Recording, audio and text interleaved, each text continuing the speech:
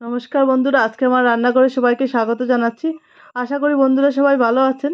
আজকে আমি নিয়ে নিয়েছি এখানে চিংড়ি মাছ। আজকে কলাপাতায় চিংড়ি ভাপা বানাবো, তার জন্য আমার চিংড়ি মাছ লাগবে। আর এখানে রয়েছে নারকেল, নারকেলও চাই, নারকেলের প্রয়োজন, কেননা চিংড়ি ভাপার মধ্যে নারকেল দিলে টেস্টি হয়। নারকেলটাও কেটে হয়ে যাচ্ছে। আর এদিকে আমি নারকেলের জলটা কি করব ভাবছি, খেয়ে নিই। এখানে একটা পাইপের সাহায্যে খেয়ে নিচ্ছি, তারপর রান্নাটা শুরু করব। এই যে আমি চিংড়ি মাছ আর এখানে নারকেলটাও আমার ফাটানো হয়ে গেছে। এখন নেক্সট স্টেপে চলে আসবো। এখন আর চিংড়ি মাছগুলি কাটার পালা। তো চিংড়ি মাছগুলি সুন্দর করে কেটে দিচ্ছেন আমার শাশুড়ি মা। উনি খুব সুন্দর করে চিংড়ি মাছ কাটতে পারেন, ওনাকে দিয়েই চিংড়ি মাছগুলি কাটাই। আর সুন্দর করে কেটে দিয়েছেন। আর আমি এদিকে নারকেলটি কুড়িয়ে নিয়েছি। কুড়িয়ে সমস্ত জিনিস রেডি করে তারপর আমি রান্নাঘরে চলে যাব। এই যে চিংড়ি মাছগুলি মোটামুটি কাটা শেষ সব। আর এই পর্যায়ে আমার নারকেল কুড়ানো হয়ে গেল। এখন আমি রান্নাঘরে সব নিয়ে চলে যাব। এই যে চলে এসেছি। এখানে আমার নারকেল বাটা বেটে নিয়েছি। আর এখানে কলা পাতাও রয়েছে, কাঁচা লঙ্কা রয়েছে কয়েকটা। আর এখানে চিংড়ি, এগুলো নারকেল বাটা। আর রয়েছে নুন হলুদ। আর এখানে ধুয়ে রেখেছি চিংড়ি মাছগুলি, কেটে ধুয়ে রাখা। আর এখানে রয়েছে অল্প লঙ্কা বাটা। আর কলা পাতা তো অবশ্যই আছে। এখানে সর্ষের তেল লাগবে। আর একটা মিক্সি, প্রথমে দেখুন একটু মিক্সার জারে নিয়েছি আমি।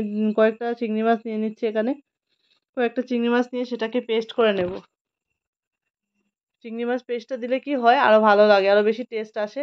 এটা নারকেলের সাথে যখন মিশিয়ে চিংড়ি মাছ পেস্টটা দিয়ে দেবো তখন অনেক ভালো লাগে খেতে। তো সমস্ত উপকরণগুলোকে আমি এখন একটা বাটির মধ্যে নিয়ে নিচ্ছি, একসাথে করে নেব। চিংড়ি মাছগুলি দিয়ে দিচ্ছি নারকেল বাটার উপরে। তারপর যে পেস্টটা বানিয়ে নিয়েছিলাম চিংড়ির, এটা হচ্ছে চিংড়ির পেস্ট। তো ওই পেস্টটাও দিয়ে দিচ্ছি এখানে। চিংড়ি পেস্টটা দিয়ে দিলাম। এখানে নুন হলুদ, আমার পরিমাণ মতো নুন হলুদ নিয়ে নিয়েছি আমি। আর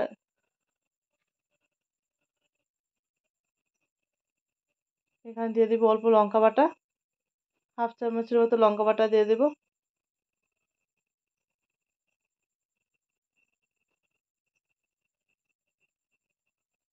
আর সর্ষের তেল দিয়ে দেবো আমি।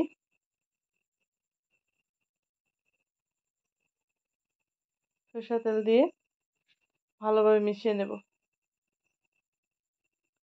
কয়েকটা কাঁচা লঙ্কা রেখেছিলাম, সেই কাঁচা লঙ্কাগুলো দিয়ে দিচ্ছি।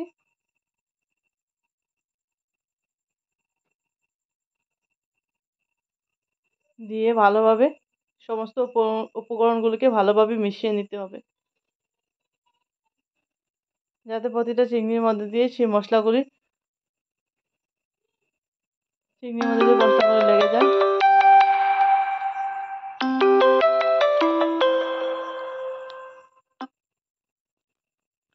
এই যে কলা পাতা বসিয়ে দিলাম, এমনি কড়াইয়ের মধ্যে একটু কলা পাতা দিয়ে দিলাম। আর এখন চিংড়ি মাছগুলোকে আমি সেট করে দেবো এখানের মধ্যে, সুন্দর করে সাজিয়ে দেবো। আমি এখানে সুন্দরভাবে সাজিয়ে নিচ্ছি কলা পাতাগুলির মধ্যে।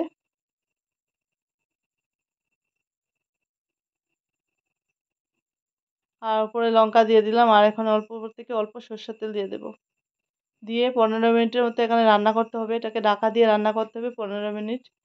15 থেকে 20 মিনিট রান্না করলে পরেই সেটা হয়ে যাবে। তখন অপর পিঠ আমি হয়ে গেছে, এখন অপর পিঠ উল্টে আমি দেখাবো একটা। আর দুটো প্লেট দিয়ে এইভাবে করে সেটাকে উল্টাতে হবে এবং উল্টিয়ে দেখাবো। এখানে যে সব এই পিঠটা পুরো হয়ে গেছে। আপনারা বুঝতে পারবেন, এই সুন্দর একটা স্মেল আসবে, গন্ধ আসবে। এবং সেই হয়ে যাওয়ার পর একটা আলাদাই একটা গন্ধ বেরোবে। তখনই বোঝা যায় যে ওইটা কমপ্লিট হয়ে গেছে। দেখতে পাচ্ছেন কি পারফেক্টলি হয়ে গেছে এখানে। আর অপর পিঠটা আরও 10 মিনিটের মতো রান্না করে নিলেই হয়ে যাবে। উপর থেকে অল্প সরষের তেল দিয়ে দিলাম। আর আমি 10 মিনিট এখানে ঢাকা দিয়ে একটু রান্না করে নেব।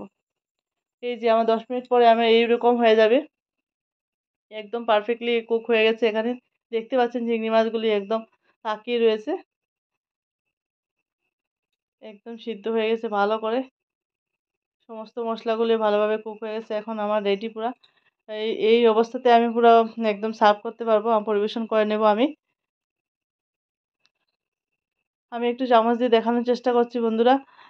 দেখতে পাচ্ছেন কতটা পারফেক্ট হয়েছে এবং নরম তুলতুলে।